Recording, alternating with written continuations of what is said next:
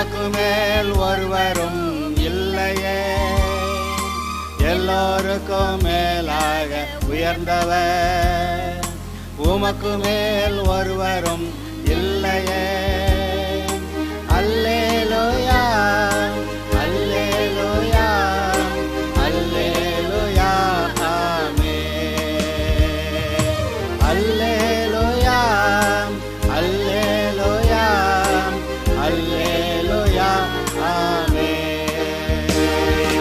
ஒருவரால் இது அடுத்த முறை அனாட்டமி ஃபிசியாலஜி, அதோட அமைப்பு எப்படி அது எப்படி வேலை செய்யுது அப்படின்னு அதை படிக்காதவங்களுக்கு சாதாரணமாக தலை கை கால் உடம்பு அவ்வளோ மட்டும்தான் சொல்லுவாங்க. ஆனால் இப்போ என்னமோ வியாதிகள் பெருக பெருக இந்த டாக்டருக அந்த வியாதியையும் சொல்லி அந்த சரீரத்தில் என்ன நடக்குதுன்னு சொல்லிவிடுறாங்க. அதனால் கொஞ்சம் மக்களுக்கு தெரிகிறதே ஒழிய மற்றபடி என்ன சொல்லுவாங்க, தலை கை கால் உடம்பு அவ்வளோதான் சொல்லுவாங்க. தலையில் கண் இருக்குது, காது இருக்குது, மூக்கு இருக்குது, வாய் இருக்குது, அவ்வளோதான். ஆனால் காலங்கள் மாறிக்கொண்டிருக்கின்றன. எல்லாம் உலகத்தாரே எல்லா காரியங்களையும் புரிந்து கொள்கிற அளவுக்கு வர்றாங்க. ஆனால் நம்ம ஆவிக்குரியவர்கள் நமக்கு தெரியணும், அவர் தன்னுடைய ஜீவ சுவாசத்தை, ஜீவன் அவருடைய ஜீவன், அதோடு சேர்ந்து சரீரத்தில் ஒரு சுவாசம், அவருடைய ஜீவன், அவருடைய உயிரே அவரே. இல்லாட்டி அவருடைய சாயலில் எப்படி இருப்போம்? அவருடைய ஆவியவே கொஞ்சம் எடுத்து நமக்கு கொடுத்துருக்கிறாரு, அவருடைய ஜீவனை எடுத்து கொஞ்சம் கொடுத்துருக்கிறாரு. அந்த ஜீவ சுவாசம், ஜீவன் சரீரத்தில் சுவாசம், அந்த ஜீவன் அது அவருடைய ஆவியே. அந்த ஆவியில் என்ன இருக்குன்னு இப்போ கேட்டாங்க நிறைய பேர், சொல்லலை அல்லது தெரியலை. எனக்கு இப்படி யோசித்தேன், ஒருத்தர் ஒன்றும் சொல்லலையேன்னு. நான் பல தடவை சொல்லியிருப்பேன், ஆனால் அப்படி காற்றுல போயிடுச்சு போல். மனிதனுக்கு ஒரு ஆவி இருக்கிறது, ஒரு ஆத்மா இருக்குது, ரெண்டும் சேர்ந்து இருக்கிறது. அது ரெண்டும் தனித்தனியானதுன்னு சொல்கிறதுக்கு ஒரு காரணம் இருக்குது. நீங்கள் என்னமோ மறந்து வச்சேங்கிறப்போ இங்கே எங்கேயோ தலையை சொரிஞ்சிட்ருக்குறீங்க. நான் சொல்கிறேன் பார் அப்படின்னு நெஞ்சத்தோடு சொல்லுவீங்க. அப்போ நான்கிறப்ப உங்கள் நெஞ்சில் உங்கள் இருதயத்தில் என்னமோ இங்கே இருக்கிறதா நீங்கள் உணர்றீங்க.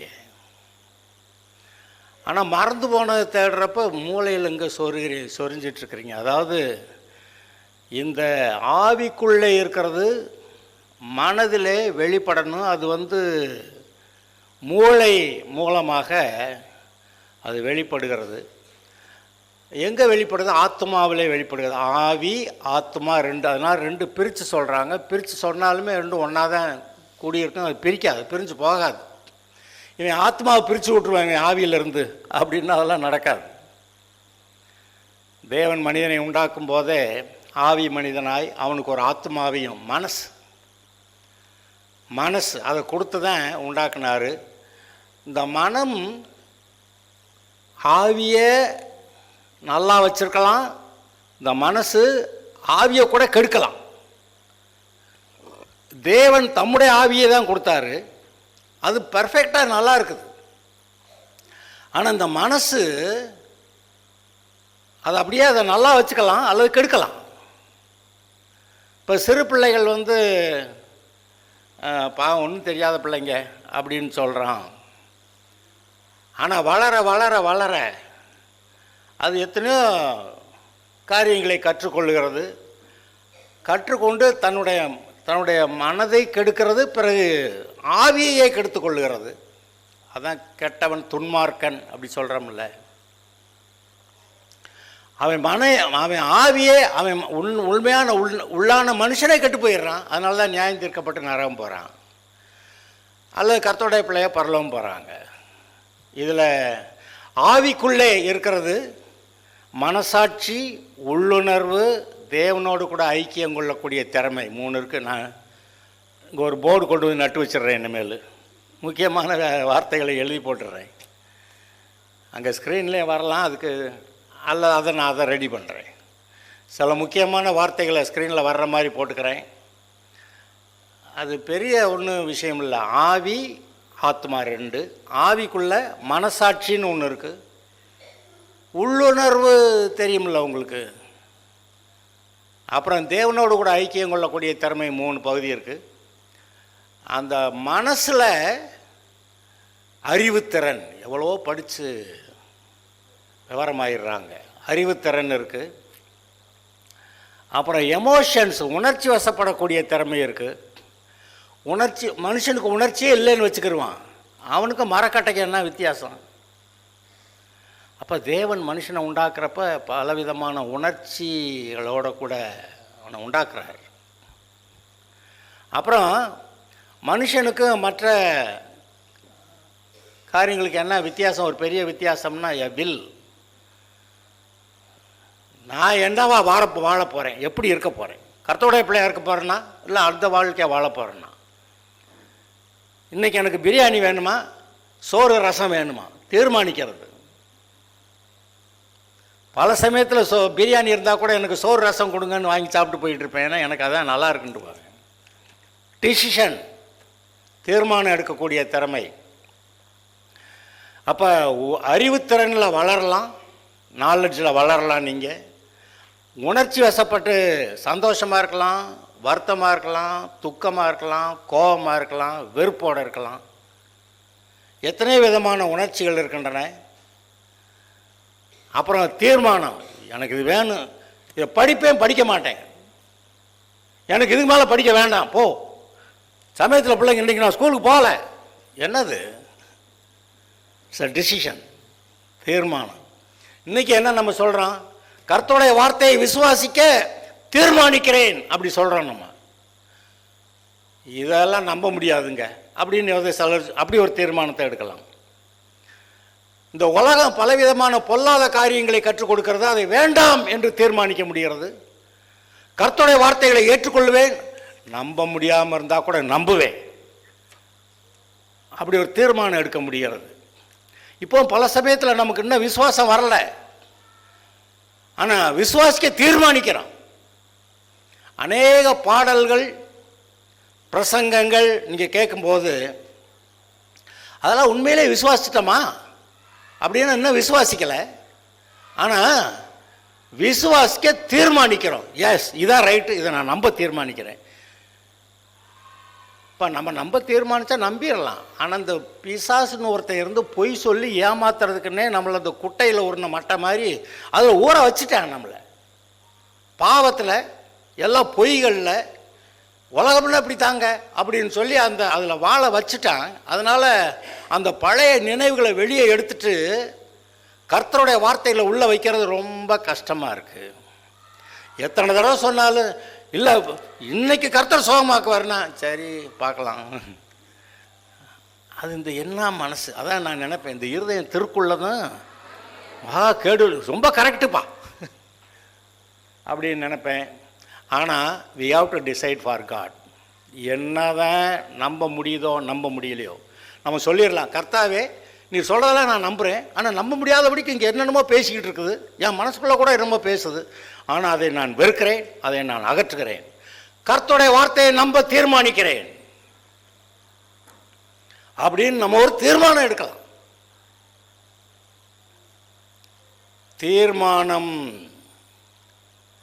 நான் என் மனைவிடத்தில் அன்பு கூற போகிறேன், அவளை அன்பு கூறுற அளவுக்கு அவட்ட ஒன்றுமே சரக்கு, ஐயோ அவள் பிரச்சனை இல்லாமல் போனால் நல்லா இருக்கும் அப்படிங்கிற நிலவு இருக்கப்ப, இல்லை ஆண்டவரே என்னோடு கூட ஒரே மாம்சமாக இருக்கும்படி கொடுத்த என் மனைவியை நான் நேசிக்கிறேன், அன்பு கூறுகிறேன், அன்பு கூற முடியல ஆண்டவரே, ஆனால் அன்பு கூற தீர்மானிக்கிறேன். இது ரொம்ப ப்ராக்டிக்கலாக இருக்குதோ.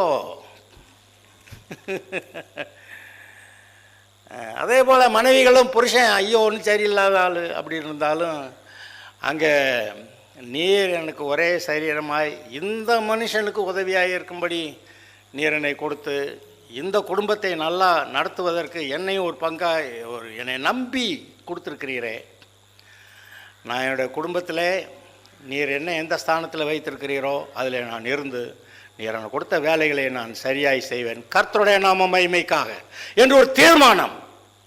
புருஷன்ட்டு அன்பு கூற முடியல. ஆனால் அன்பு கூறுறதை விட மனைவிகளுக்கு என்ன சொல்லியிருக்குது? அன்பு கூறணும், கீழ்ப்படிதல் சொல்லியிருக்குது. நீங்கள் நினைக்கலாம், நீங்கள் என்ன கர்த்தர் எங்களை மட்டும் கீழ்ப்படிய வச்சுக்கிறாரு அப்படின்னு நீங்கள் நினைக்கலாம். ஆனால் அன்பு கூறுறதை விட கீழ்ப்படுகிறது ரொம்ப ஈஸி, தெரியுமா? தயா சொன்ன செஞ்சுட்டேன், அவ்வளோதான், பேசக்கூடாது அப்படி சொல்லிடலாம்.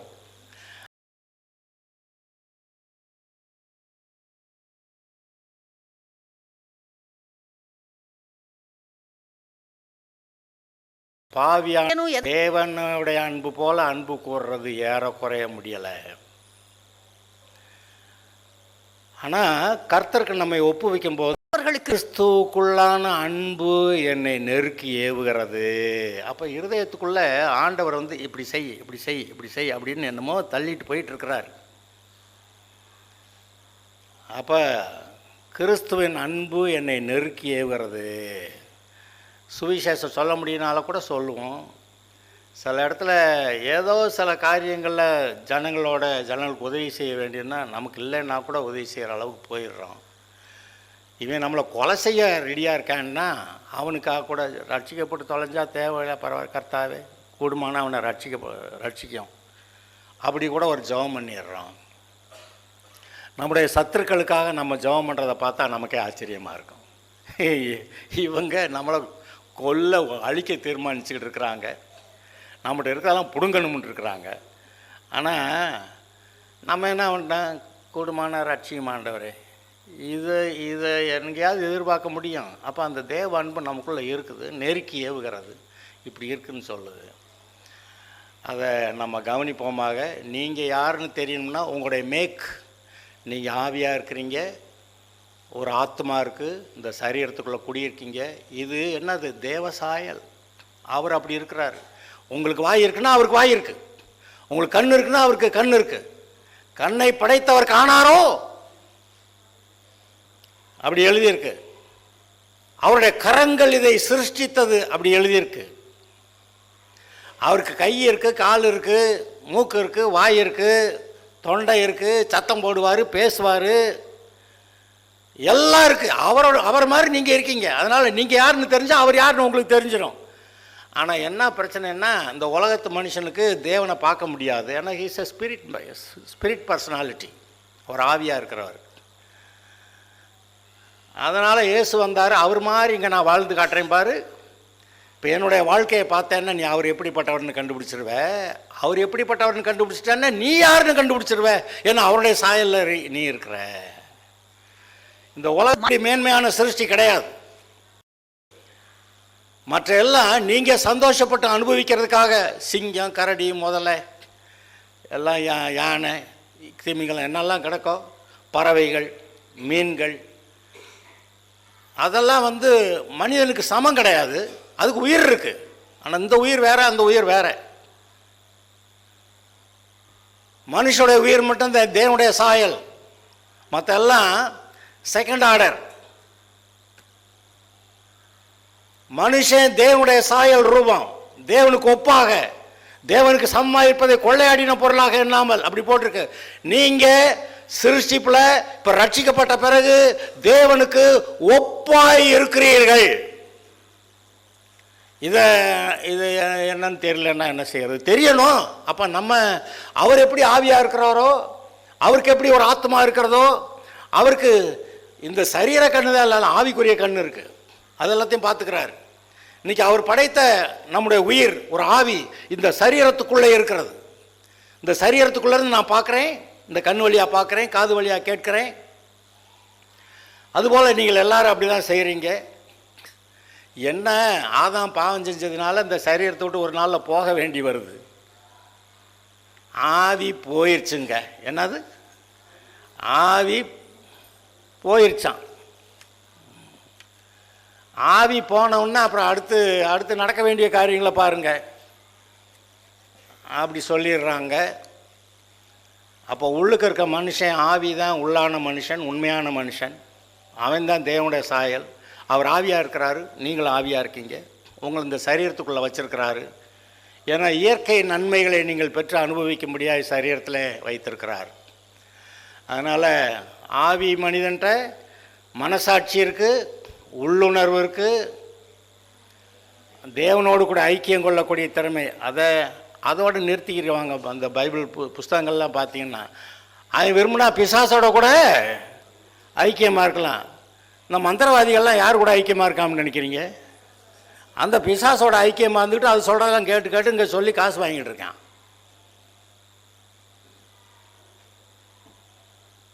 ஆக அதை நினைத்து பாருங்கள். நீங்கள் அவருடைய சாயல் இருக்கீங்க, உங்களுக்கு மனசாட்சி இருக்குது, உள்ளுணர்வு இருக்குது, தேவனோட ஐக்கியம் கொள்ளக்கூடிய திறமை இருக்கிறது. அடுத்து மனசில் அறிவுத்திறன் இருக்குது, உணர்ச்சி வசப்படக்கூடிய திறன் இருக்குது. அப்புறம் சித்தம், நான் என்ன தீர்மானம், என்ன செய்யணும் செய்யக்கூடாது, இதெல்லாம் உங்களுக்குள்ளே இருக்குது. இதை அடுத்து நான் ஒரு தடவை வாய்ப்பு கிடைக்கிறப்ப சொல்கிறேன். எல்லாத்தையும் எழுதி போட்டுறேன், உங்கள் ஸ்க்ரீனில் கொண்டு வந்துடுறேன்.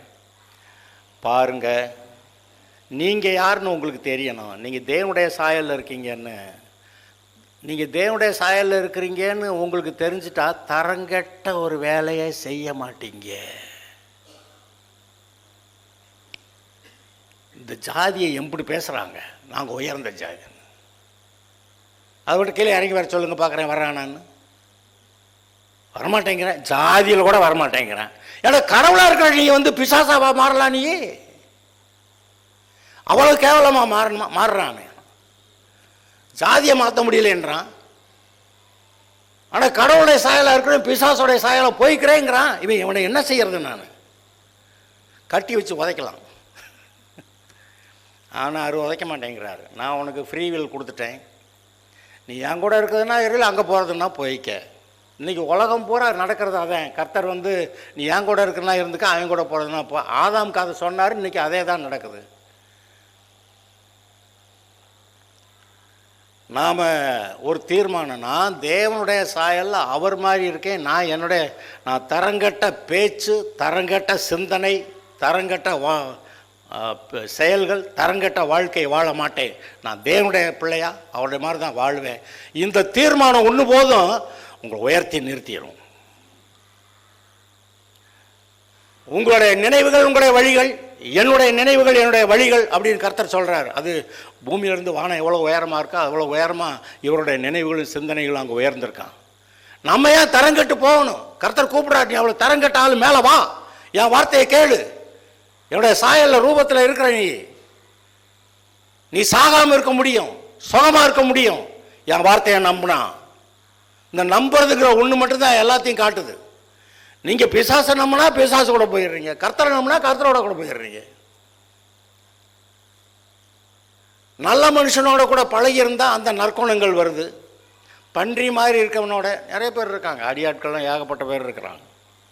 அவனோட சேருங்க, எல்லா கெட்ட வார்த்தையும் 2 நாளில் பழகிடுவீங்க. அதுக்கு ஒருத்தவன் டியூஷன்லாம் எடுக்க வேண்டாம். சில ஜோக்கர்ஸ் இருப்பாங்க, அவன் எதையாவது பேசி சிரிக்க வச்சுக்கிட்டே இருப்பான். அது மாதிரி நீங்களும் மாறிடுவீங்க. உங்களுக்கு பிடிச்ச சினிமா நடிகர் நடிகையாக நீங்கள் மாறிடுறீங்க. சிலர் அரசியல்வாதியாக மாறிடுறாங்க. அவங்க மனசு அப்படியே போயிடுது. கர்த்தர் கேட்குறாரு, ஏன்டா இந்த பூமியில் கிடக்கிற இதை போய் பேசிகிட்டு இருக்கிறேன், நான் இருக்கேன்டா, ஏன் கூட வா, என்னைய மாறிடு, என்னைய மாறி நீ ஆளுகை சொல்ல, நீ பெரிய ஆள், நான் உன்னை சாதாரணமாக உண்டாக்கலை, பூமி முழுசையும் ஆள்றதுக்கு உண்டாக்குனேன். நீ அறிவு கட்டவனாக இருக்கிறதுக்காக உண்டாகலை. என்னுடைய அறிவு, என்னுடைய நாலேஜ், என்னை ஏற்றுக்கொண்ட உடனே உள்ளுக்கு அவ்வளவு சத்தியத்தையும் அவ்வளவு அறிவையும் நான் உள்ளே வைத்திருக்கிறேன். ஒருவன் இவரே தேவன் என்று போதிக்க வேண்டுவதில்லை, உங்களுக்குள்ள இருக்க அபிஷேகம் உங்களுக்கு போதிக்கும், உள்ள வச்சிருக்கேன்றார். நம்ம எனக்கு ஒன்றும் இல்லைங்க, நான் பேக்குங்க, எனக்கு ஒன்றும் தெரியாதுங்க, நான் இந்த ஊரில் பிறந்தேங்க, இந்த ஜாதியில் பிறந்தேங்க, அந்த மூலையில் கிடக்கிறேங்க, ஒன்றுமே தெரியாதுங்க. இதை சொல்கிறது மக்களுக்கு ரொம்ப ஈஸியாக இருக்குது. ஆனால் இங்கே ஒருத்தர் இருக்கிறாரே,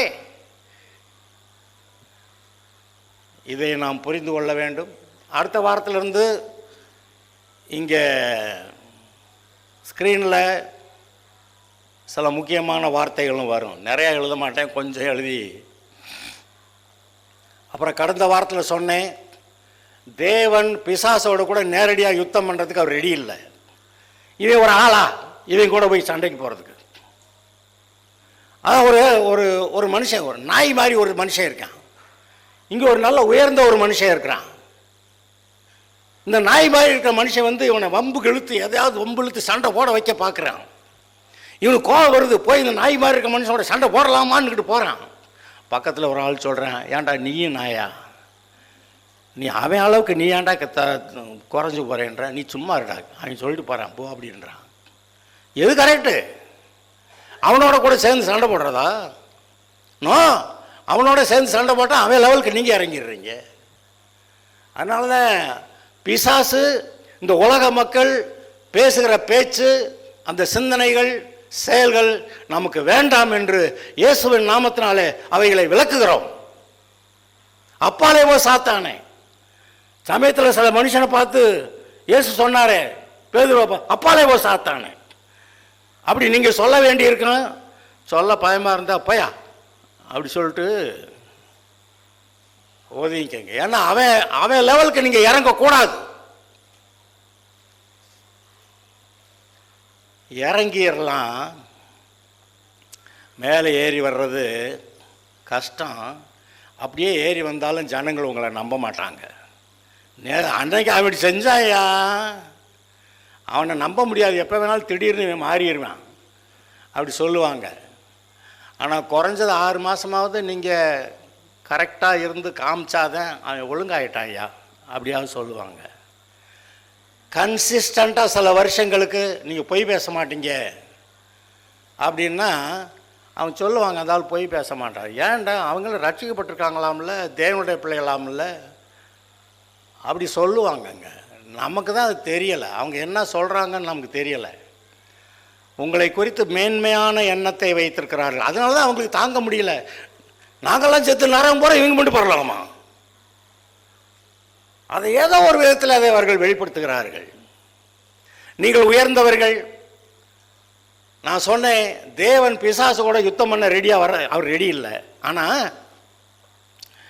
அவருடைய பிள்ளைகள், அதாவது அவனுடைய கட்டுகளுக்குள்ளே கிடந்த நீங்கள் இப்போ விடுதலை ஆயிட்டீங்க. இப்போ உங்களை கொண்டே தேவன் அந்த பிசாசை ஜெயிக்க விரும்புகிறார். உன்னோட கூட இருக்கேன்றார். உங்கள் மூலமாய் கர்த்தர் பிசாசை ஜெயிக்கிறார். அப்போ நீங்களும் பிசாசை ஜெயிச்சிட்டீங்க. அவர் பிசாசு ஜெயிக்கிறார், அது வேற விஷயம். இப்பொழுது நீங்கள் அவருடைய வார்த்தைக்கு செவி கொடுக்கும்போது நீங்கள் பிசாசுக்கு எதிர்த்து நிற்கிறீர்கள், பிசாசை ஜெயிக்கிறீர்கள். எப்படி நடக்குது? அவர் உங்கள் மூலமாய் பிசாசை ஜெயிக்கிறார். இதுதான் நடக்குது. நீங்கள் விரும்பினாலும் விரும்பாட்டியும், யார் விரும்பினாலும் யார் விரும்பாட்டியும் இதான் நடக்குது. எனக்காக யுத்தம் பண்ண ஆண்டவரே, அவர் வந்து நேரடியாக வந்து யுத்தம் பண்ண மாட்டார், உங்களை கொண்டு தான் யுத்தம் பண்ணுவார். செங்கடல் திறந்து கிடக்குன்னா கர்த்தர் யுத்தம் பண்ணுகிறாருனாலும் மோசே மூலமாக தான் ஒரு வார்த்தையை சொல்லி கோல் தூக்கடா அப்படின்னாரு, செங்கடல் திறந்தது. அப்படி மனிதர்கள் மூலமாக மட்டும்தான் கிரியை செய்கிறாரு. நேரடியாக தூதர்கள் போய் எந்த வேலையும் செய்யறதில்ல. தூதர்கள் வந்து வேலை செய்வாங்க, ஆனால் அதுக்கு முன்னாடி ஏதோ ஒரு மனுஷன் கர்த்தருடைய வார்த்தையின்படி செயல்பட்டிருக்க வேண்டும், இல்லாட்டி நடக்காது. நீங்கள் கர்த்தருடைய வார்த்தையை நம்பலாம். அவருடைய தழும்புகளால் குணமானேன், நம்ப முடியாட்டே நம்புவேன்னு சொல்லுங்க, சொல்லிக்கிட்டே இருக்க. கர்த்தருடைய வார்த்தையாலே குணமானேன், என்னுடைய வியாதிகளை சுமந்திருக்கிறார், அவருடைய தழும்புகளால் குணமானேன், நான் சுகமாவதற்கு தேவையான கிரயத்தை செலுத்திவிட்டார், ஆதலால் சுகம் என்னுடையது, அதை நான் சுதந்திரிக்கிறேன். அதற்காக ஒரு ஆவிக்குரிய யுத்தம் இருக்கலாம், அந்த யுத்தத்தை நான் செய்கிறேன். இயேசுவின் நாமத்தினாலே இந்த வசனத்தை எடுத்துக்கொண்டு ஆவியின் பட்டயம், வசனமாகிய ஆவியின் பட்டயத்தை எடுத்து விரோதமாய் செயல்படுகிற பிசாசை வெட்டி போடுகிறேன். அந்த எண்ணங்களை, அந்த பொல்லாத தீமையான எண்ணங்களை அகற்றி போடுகிறேன். என்னுடைய தலை முதல் கால் வரை கர்த்தருக்கு சொந்தம், என்னுடைய ஆவியும் கர்த்தருக்கு சொந்தம், என்னுடைய மனம் கர்த்தருக்கு சொந்தம். என்னுடைய மனதிலே கர்த்தருடைய எண்ணங்களுக்கு மட்டும்தான் இடம். பிசாசுடைய மற்ற பொல்லாத மனிதர்களுடைய அந்த நினைவுகளுக்கு, பேச்சுகளுக்கு, செயல்களுக்கு என்னுடைய மனதில் இடம் இல்லை, என்னோட சரீரத்தில் இடம் இல்லை. நம்ம சொல்லலாம், கர்த்தருடைய அழைப்பு உங்களுக்கு இருக்கக்கூடியது ஒரு விசேஷமான அழைப்பு. நீங்கள் சாதாரண ஆள் கிடையாது. கர்த்தர் உங்களை கொண்டு பெரிய காரியங்களை செய்யக்கூடும் நாம் கீழ்ப்படிஞ்சா. நாம் கீழ்ப்படியாமல் அவர் தனியாக கர்த்தாவே இங்கே ஜெயம் எடுக்கணும் ஏதாவது செய்யவே மாட்டார். அது நமக்கு விசுவாசம் இல்லைன்னா ஒன்றுமே நடக்காது. கிறிஸ்தவர்களாக இருக்கலாம், பைபிளை படிச்சிருக்கலாம், பிரசங்கம் பண்ணலாம், ஆனால் விசுவாசம் இல்லைன்னா நடக்காது. அவர் கேட்குறாரு, ஏப்பா நான் என்னை நம்ப மாட்டியாடா, நீ என்னை நம்பு, என் வார்த்தையை நம்பு, அது அப்படியே நடக்குதா இல்லையான்னு பாரு. நான்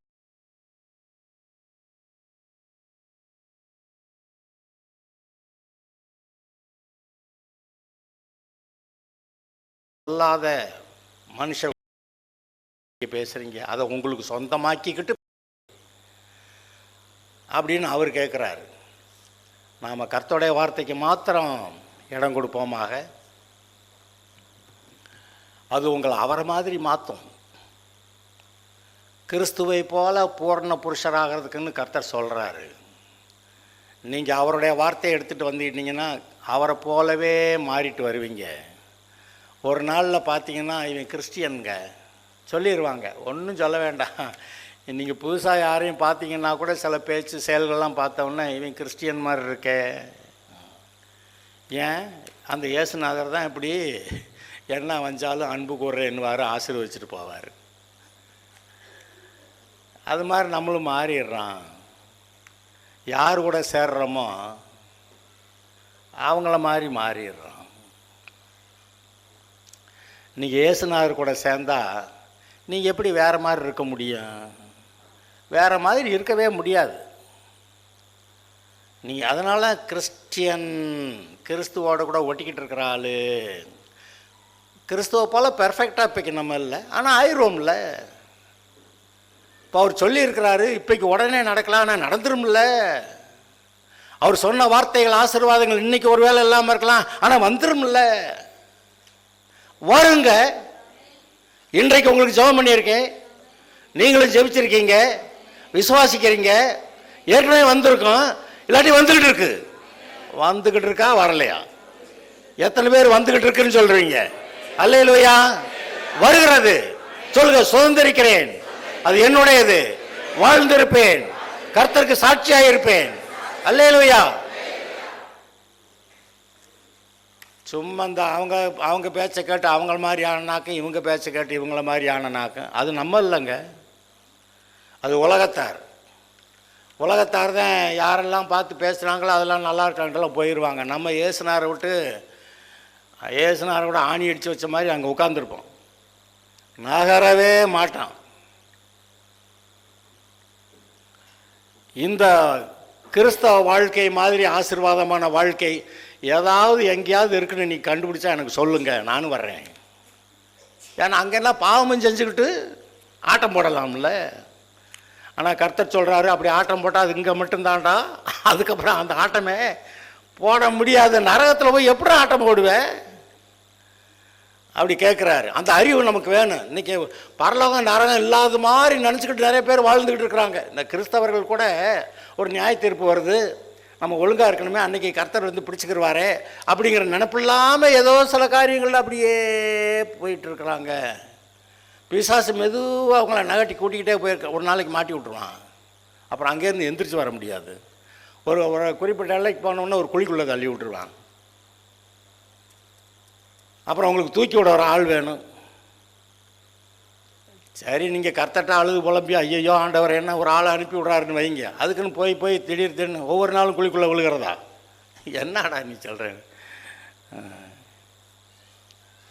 you are a special creation. விசேஷமான சிருஷ்டிப்பு நீங்கள். சும்மா தரக்குறைவா நாம் பொய் சொல்ல முடியும்னு நினைக்கிறீங்க? பொய் அதை பற்றி என்ன சொல்கிறாரு பிசாசு? பொய்யனும் பொய்க்கு பிதாவுமாய் இருக்கிறான் அப்படி சொல்லிட்டாரு.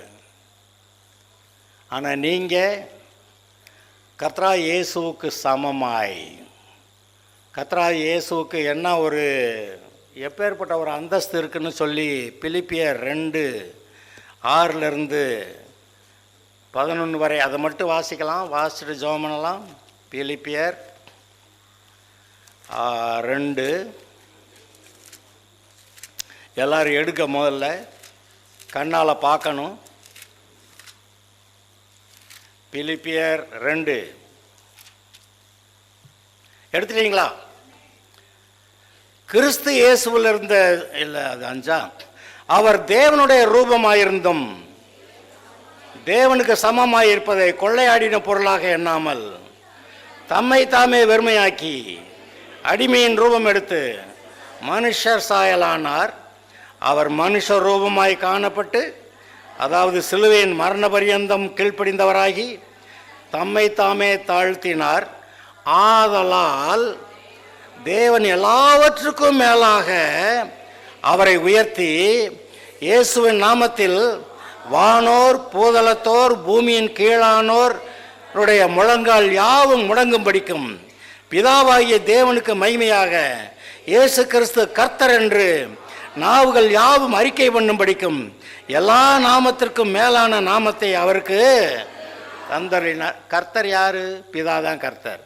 ஆனால் இங்கே என்ன பண்ணிட்டாராம்? இயேசுக்கே கர்த்தர்ங்கிற பேர் கொடுத்துட்டாராம். அப்படின்னா என்னது பூரா அவருடையது. இயேசு சொல்லுகிறார், பரலோகத்திலும் வானத்திலும் பூமியில் சகல அதிகாரமும் எனக்கு கொடுக்கப்பட்டிருக்கிறது. பிதாவுடையதெல்லாம் என்னுடையது. இங்கே கர்த்தர்னு பேரே கொடுக்கிறார். கர்த்தர் பிதாவாகிய பேரே கொடுக்கிறாரு. இயேசு கிறிஸ்து கர்த்தர் என்று. கர்த்தர்னா என்னங்க அர்த்தம்? காரணகர்த்தா. எல்லாத்தையும் உண்டாக்குனாரு, எல்லாத்தையும் செஞ்சு வச்சது இவர் தான். அப்போ கர்த்தர் தான் கர்த்தர். சகலத்தையும் சிருஷ்டித்தவர். இங்கே இருக்கிற எல்லா காரியங்களையும் உண்டாக்கினவர் கர்த்தர். அதனால காரணகர்த்தா, கர்த்தர்னுங்கிற வார்த்தையாக தான் அர்த்தம். இந்த பிதாவாகிய தேவன் இயேசுவுக்கு கர்த்தர் என்று நாவுகள் யாவும் அறிக்கை பண்ணும் படிக்கும் எல்லா நாமத்துக்கும் மேலான நாமத்தை அவருக்கு தந்தருளினார். எங்க இயேசுவோட நீங்க ஒட்டிக்கிட்டு இருக்கீங்க. உங்க வசனம் என்ன சொல்லுது? நீங்கள் கிறிஸ்துவுடனே கூட, உங்கள் ஜீவன் கிறிஸ்துவுடனே கூட தேவனுக்குள். அது எங்கன்னு இருக்குது? கொலோசையர் 3:1 எடுத்து வாசிங்க. பக்கத்தில் அடுத்தது தான் எடுங்க, வாசி. 3:3. சரி. ஏனென்றால் நீங்கள் மரித்தீர்கள்,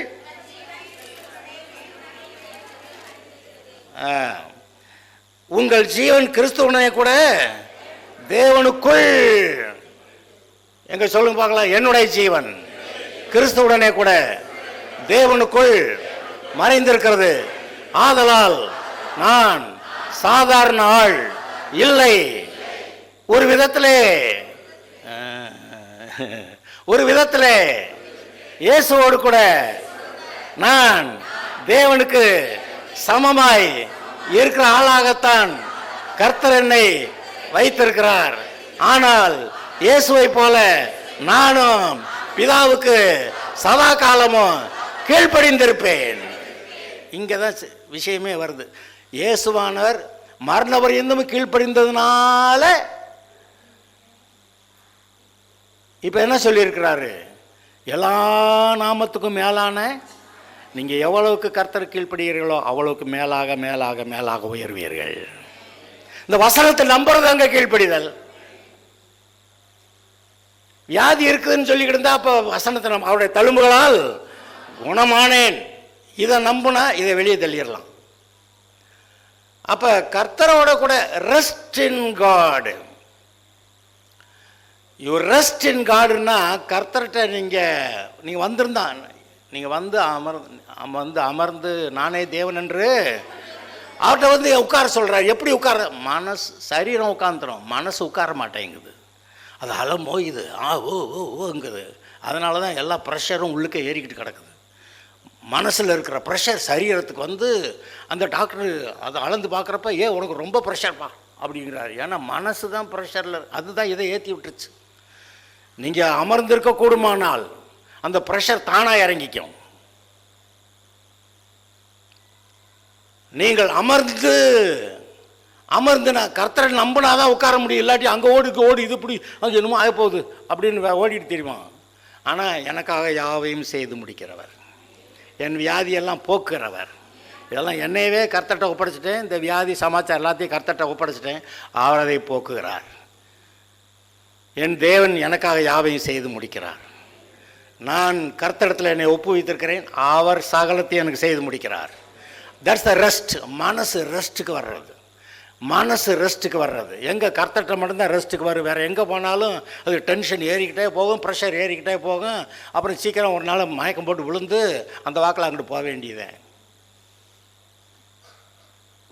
இவர் உங்களுக்கு சமாதானம் தருகிறார். சமாதானத்தின் தேவன். என்கிட்ட உட்காரு. ஆரம்பத்திலேருந்து ஆதாம்கிட்ட உட்காந்துருந்தார். அப்புறம் தினம் பகல் குளிர்ச்சியான வேலையில் வந்தார். இப்போ நம்மளும் ஒவ்வொரு நேரம் குளிர்ச்சியான வேலையில் உட்கார்ற மாதிரி உட்காரணும். ஞாயிற்றுக்கிழமை அந்த வாரத்துக்கு ஒரு நாள் இங்கே வந்து உட்காரணும். இங்கே வந்து அவசரமாக சீக்கிரம் ஓடணும்லாம் நினைக்கக்கூடாது. வரும்போதே 10:30 மணிக்கு முடியுமா, அவர் 10:45 தான் விடுவார். சரி 11 மணிக்கு கிளம்புனாக்க அங்கே 11:30 அந்த வேலைக்கு போயிடலாமா? போகக்கூடாது. வேலை இருந்தாலும் போகக்கூடாது. நான் வீட்டுக்கு போய் கர்த்தாவே ஸ்தோத்திரம், நீர் கொடுக்குற அந்த சமாதானத்தை, அந்த அந்த ரெஸ்ட், அதை நான் எடுத்துக்கொள்ளுகிறேன். இந்த ஒரு நாள் நீங்கள் மனசு ஃப்ரீயாக இருந்தால் தான் மீதி நாள் 6 நாள் நல்லா வேலை செய்யுது. இந்த ஒரு நாள் ரெஸ்ட்டு விடாதீங்க, மீதி 6 நாளும் ஒழுங்காக வேலை செய்யாது. சில ஆட்கள் இருக்கிறாங்க, லீவே இல்லாமல் எல்லா ஞாயிற்றுக்கிழமையும் வேலை பார்ப்பாங்க, நல்லா வேலை பார்ப்பாங்க. ஆனால் 50 வருஷத்துக்கு போக 40 வருஷத்தில் போட்டு மிஷின் தேஞ்சு போயிருமுங்க. தேயாதா? அதுக்கு ஒரு நாள் கொடுத்தா அது மறுபடியும் ரீஜுவனேட் ஆகிக்கணும், மறுபடியும் நல்லா ஆகிக்கும். நம்ம சரீரத்தில் இருக்க இந்த ரெட் பிளட் செல்ஸ், அது சிவப்பு அணுக்கள்லாம் எவ்வளோ ரத்தம் இருக்குது? 6 லிட்டர் ரத்தம். 6 லிட்டர் ரத்தத்தில் இருக்கக்கூடிய ரெட் பிளட் செல்ஸ் எல்லாம் 120 நாளில் மாறிடுமா. பழசெல்லாம் போச்சு, புதுசு வந்துருச்சு. அதனால தான் உயிரோடு இருக்கிறீங்க. இல்லாட்டி எப்பயோ போயிருப்பீங்க. உங்கள் சரீரம் புதிதாக்கப்படுகிறது. சரீரம், அதாவது இந்த ஹார்ட் மசில்ஸ், கார்டியாக் மசில்ஸ், அது ஒன்று தான், அது ஒன்றும் செய்யாதேன்றார். அதான் கெட்டு போனால் அது புதுசு வராதான். மற்ற எல்லா இடங்களும், உடலில் இருக்கக்கூடிய எல்லா இடங்கள்லையும் கெட்டு போனால் அது சரி ஆயிருமா.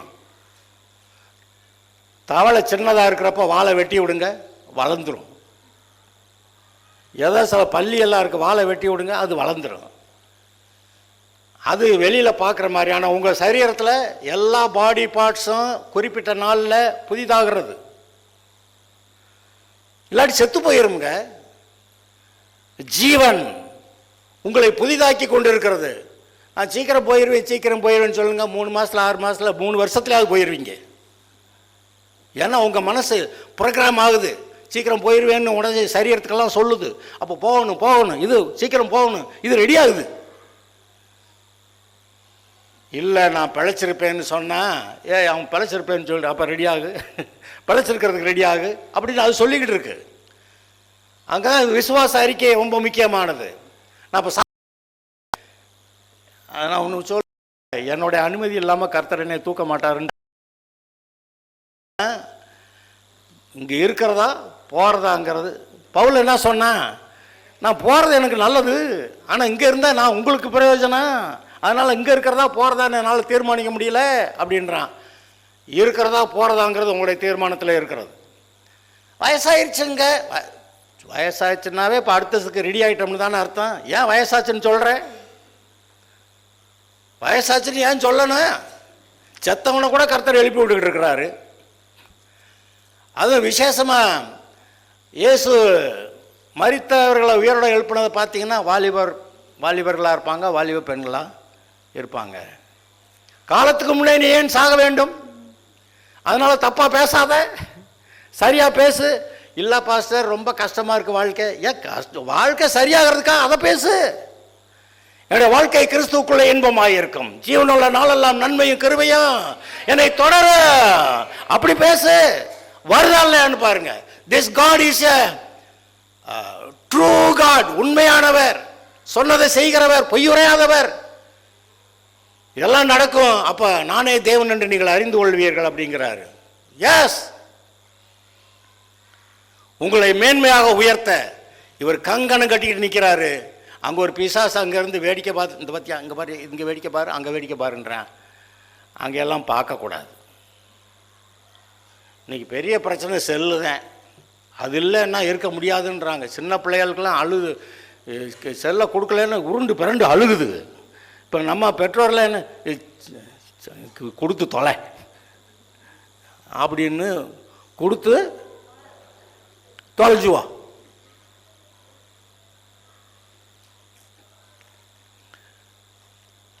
அது செல்லில் ரொம்ப நல்ல காரியங்கள் இருக்குது. அதுக்கு மட்டும் பயன்படுத்த தெரியணும்.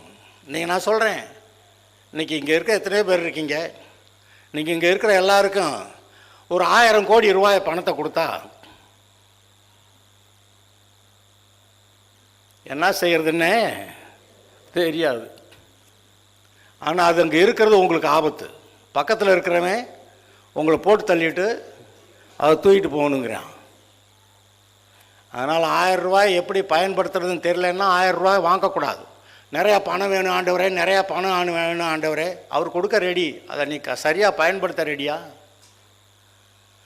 பயன்படுத்த தெரிலன்னா உனக்கு என்னத்துக்கு? அது உயிருக்கு ஆபத்து. உங்கள் மேலே இறக்கப்பட்டு கர்த்தன்னு ஒரு அளவுக்கு மேலே உங்ககிட்ட பணம் கிடைக்காம வச்சுருக்கிறார். ஆனால் பணம் நிறையா கிடைச்சா கர்த்தாவே ஸ்தோத்திரம், என்னுடைய நன்மைக்கு நீர் விரும்புகிறது போல என்னுடைய நன்மைக்காக, கர்த்தருடைய நான் மகிமைக்காக எல்லாவற்றையும் நான் சரியாகி செலவு பண்ணுவேன். சொல்லுங்க, பணம் வந்துருங்க. சீக்கிரமாக பணக்காரம் ஆகிடுவீங்க. நீங்கள் கேட்க வேண்டியது இல்லைங்க, அது வருங்க. என் பிள்ளைக்கு நான் கொடுப்பேன் அப்படிங்கிறார். இது நடக்கிறது. நீங்கள் கர்த்தரையே, உங்களுடைய கர்த்தரை எப்படி ஏற்றுக்கிறது? அவருடைய வசனத்தை ஏற்றுக்கிறது. நேரத்தில் அன்பு கூறுகிற என்னுடைய கற்பனைகளை கை கொள்ளுவாங்க. கற்பனைகளுக்கு அது கற்பனைகள் ஒன்றும் கடினமானவைகள் அல்லவே. அப்படியெல்லாம் எழுதியிருக்கு. பாவம் செய்யாமல் இருக்கிறது எப்படிங்க? பாவம் செய்யாமல் இருக்கிறது தான் ஈஸி. ஏன்னா நீங்கள் தேவனுடைய சாயெல்லாம் அவருடைய சுபாவத்தில் இருக்கிறதுனால பொய் சொல்கிறது, பாவம் செய்கிறது உங்கள் சுபாவத்துக்கு விரோதமானது. உங்கள் சுபாவத்துக்கு விரோதமாக நீங்கள் எப்படி செய்ய முடியும்? நீங்கள் தேவனுடைய சுபாவத்தோடு இருக்கிறீங்க. அப்போ அது மாதிரி இருக்கிறது தானே ஈஸி. அவருடைய சுபாவத்துக்கு விரோதமாக பொய் பேசுறது, பாவம் செய்கிறது, அக்கிரமம் பண்ணுறதெல்லாம் அது ரொம்ப கஷ்டம், முடியாதுங்க. சும்மாவா ஏசு சொன்னார், பிதா என்ன சொல்கிறாரோ அது மட்டும் தான் செய்வேன், அதுக்கு மேலே ஒன்றும் செய்ய மாட்டேன், என்னால் முடியாதுன்ட்டார். You are a special people. கர்த்தருக்காக நிற்க தீர்மானியுங்கள், சீக்கிரமாக உயர்ந்து வருவீங்க.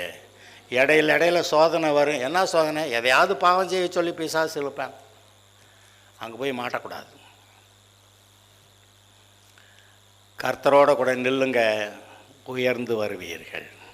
ஓகே, எழுந்து ஜெபம் பண்ணலாம்.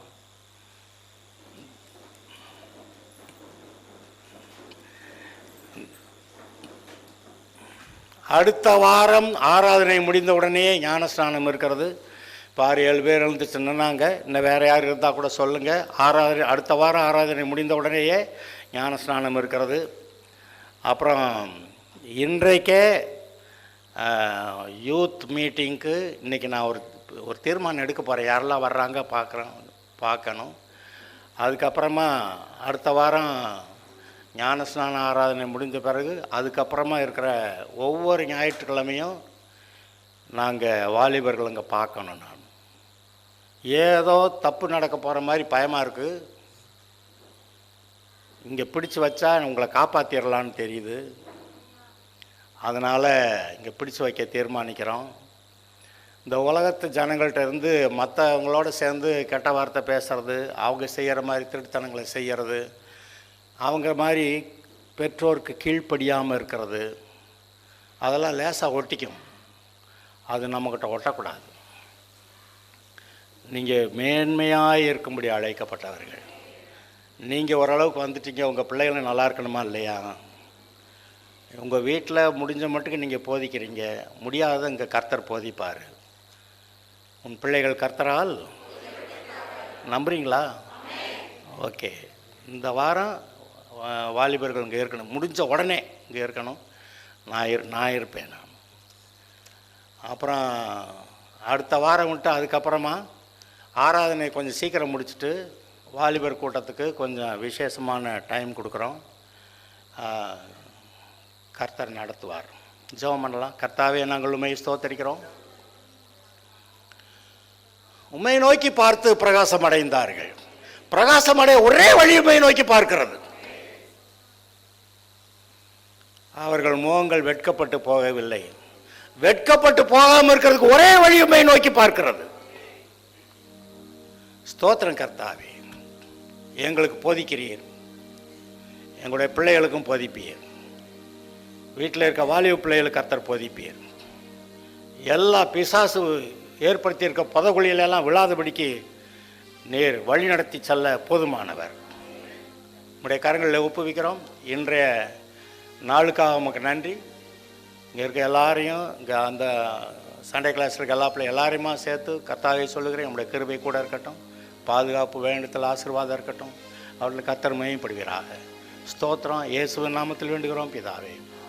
என் ஆத்மாவே கர்த்தரை ஸ்தோத்திரி, என் முழு உள்ளமே பரிசுநாமத்தை ஸ்தோத்திரி. என் ஆத்மாவே கர்த்தரை ஸ்தோத்திரி, அவர் செய்த சகல வாரங்களை மறவாதே. கர்த்தராகிய இயேசு கிறிஸ்துவுடைய கிருபையும்